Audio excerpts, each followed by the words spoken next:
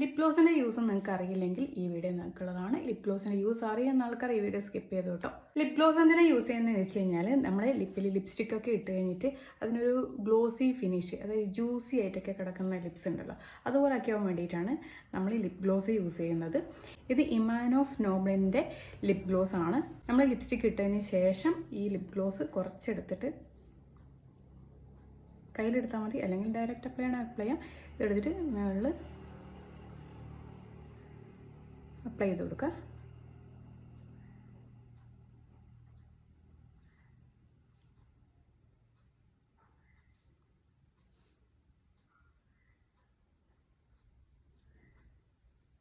Difference മനസ്സിലായില്ലേ?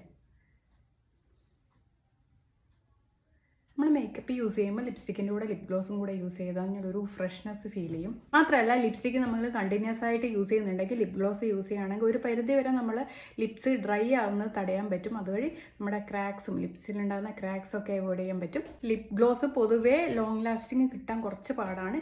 Long lasting ആയിട്ടുള്ള ഒരു ലിപ് ഗ്ലോസ് നിങ്ങൾക്ക് അറിയാമെന്നുണ്ടെങ്കിൽ ഒന്ന് കമൻറ്റ് ചെയ്യാം. ഞാനിതുവരെ ട്രൈ ചെയ്തതിൽ ഒന്നും ലോങ് ലാസ്റ്റിംഗ് ആയിട്ടുള്ള ലിപ് ഗ്ലോസ് അല്ല.